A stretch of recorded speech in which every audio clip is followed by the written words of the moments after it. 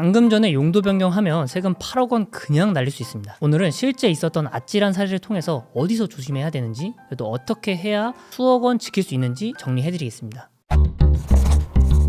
요즘 꼬마 빌딩 매매할 때 잔금 전에 용도 변경하면 절세된다는 이야기 많이 듣는데요. 근데 정확한 타이밍이랑 절차 모르면 오히려 비과세 혜택 완전히 날릴 수 있습니다. 실제로 이런 실수로 수억 원 손해본 사례가 바로 어제 일처럼 생생합니다. 사건은 영등포 5층짜리 꼬마 빌딩 매매 과정에서 벌어졌는데, 건물 구조는 1층과 2층은 상가였고요.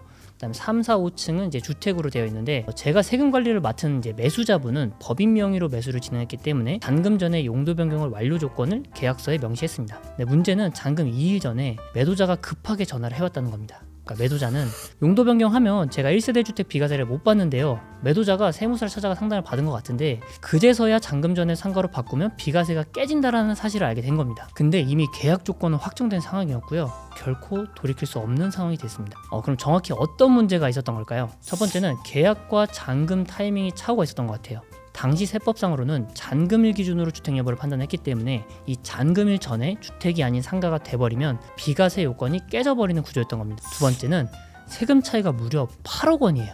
그러니까 원래 비과세로 넘어갔었어야 할 양도소득세가 이 용도 변경 때문에 그대로 세금이 부과가 된 겁니다. 그러니까 결과적으로 세금 8억 원에 대한 추가적인 세금 폭탄이 나온 거고, 매도자는 사실상 매매 차익의 절반을 세금으로 내야 되는 상황이었습니다. 그러니까 미리 알았더라면, 만약 계약 전에 혹은 계약서 작성 직후에 정확한 세금 시뮬레이션을 했더라면 아마 이런 상황은 막을 수 있지 않았을까요? 여기서 중요한 포인트가 하나 더 있는데, 2025년 2월 28일부터는 세법이 개정됐다는 겁니다. 그러니까 개정 전에는 잔금일 기준이었고요, 개정 후에는 계약일 기준입니다. 그러니까 앞으로는 계약일의 주택이었다면 잔금 전에 상가로 바뀌었더라도 비과세 혜택을 받을 수 있습니다. 근데 이 사례는 개정 전 사건이었기 때문에 잔금일 기준으로 세금이 결정이 된 거죠. 그러니까 오늘의 이야기 핵심은 명확합니다. 첫 번째, 계약일과 잔금일 기준을 반드시 구분해야 되고요. 두 번째는 잔금 전의 용도 변경은 세금 구조를 미리 확인하셔야 됩니다. 그리고 세 번째는 세법 개정 시기는 2025년 2월 28일이니까 반드시 체크하셔야 됩니다. 특히 계약서를 작성하기 전에 세금 시뮬레이션을 반드시 해봐야 됩니다. 혹시 건물을 매도나 매수를 준비 중이시라면 이번 사례를 꼭 교훈 삼으셨으면 좋겠습니다. 그러니까 앞으로도 실전에 피가 되고 살이 되는